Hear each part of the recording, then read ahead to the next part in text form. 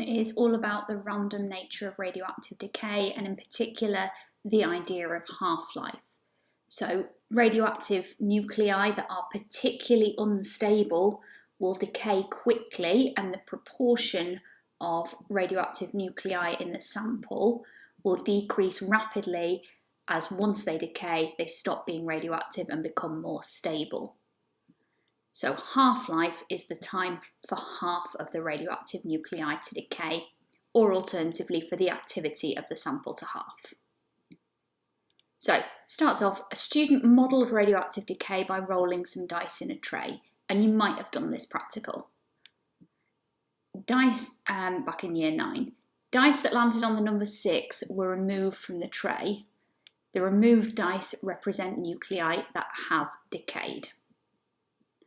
So why is rolling dice a suitable model for radioactive decay? Because it's random, okay? So they're looking for that keyword random. I mentioned it earlier, the question doesn't. What random means is that it's unpredictable. I can't predict which dice will roll a 6 next. I can't predict which nucleus will decay next. Okay, but what I can predict is, on average, how many will roll a 6 in a certain number of throws, or how many will decay in a certain amount of time. Half-life being the time for half of them to do that. So question B, and this is where this question gets really challenging. The student rolled 144 dice and removed all those that landed on the number 6. The student rolled the remaining dice again and once again removed all those that landed on the number 6, and when they'd rolled the dice 20 times there were 9 dice left. So calculate the most likely number of times the student had rolled the dice before the number of dice had halved. So that it means calculate the half-life of this dice, okay? But the answer, you can see the unit is going to be rolls rather than most half-life questions ask you for time. So this sentence here means calculate the half-life. It's just giving you the definition of half-life rather than the name. So we're looking for the start number, 144 dice, and the final number, 9 dice. And we want to work out how many times it's halved. So we start off with 144. After it's halved once, we've got 72. After it's halved again, we've got 36. After it's halved again, we've got 18. After it's halved again, we've got 9, which is the final number that they gave us, so we stop halving it. Now we need to work out how many times it's halved, and the really important thing here is that you count these arrows. Each arrow tells you how many times it's halved. So it's halved once, twice, 3 times, 4 times. Okay, so 4 half-lives, or it's halved 4 times. That will get me my second mark. So writing out this is 1 mark, this is your second mark. Okay, and again, instead of time, we're looking at number of rolls. So that has taken 20 rolls in total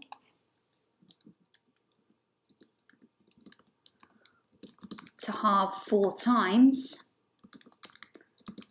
So to halve once, it takes 20 divided by 4 is 5 rolls. So that's my answer. The half-life is 5 rolls. And that is an extremely difficult question. So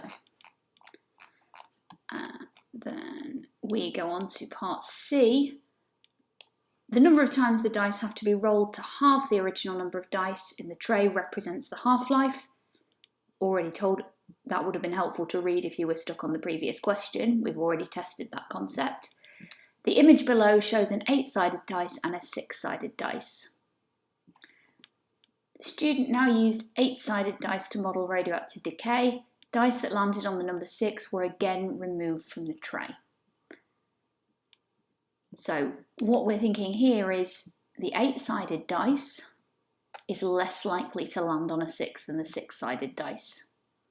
With the 8-sided dice, you've got a 1 in 8 chance. With the 6-sided six-sided dice, you've got a 1 in 6 chance. The half-life represented by rolling 8-sided dice is likely to be different from the half-life represented by rolling 6-sided dice. Explain how. Okay, so the 8-sided dice is less likely to roll a 6. Okay, therefore it is less likely to decay. Okay, which means it is more stable, so it has a longer half-life. So 8-sided dice, less likely to decay, and that's per roll, so longer half-life, which means it's more stable. And now we're going back to think about proper radioactive sources A and B. Source A has a longer half-life than source B. What can be deduced about the nuclei in source A compared with source B? So if source A has a longer half-life, that means it has more stable nuclei. So nuclei in source A are more stable. And you notice I don't just write more stable, I say very clearly which source is more stable. Okay, and it says do not refer to isotopes in your answer because it doesn't tell us whether they're the same element with different isotopes that are different versions that are more or less stable, or it could be two completely different elements that are both radioactive and unstable.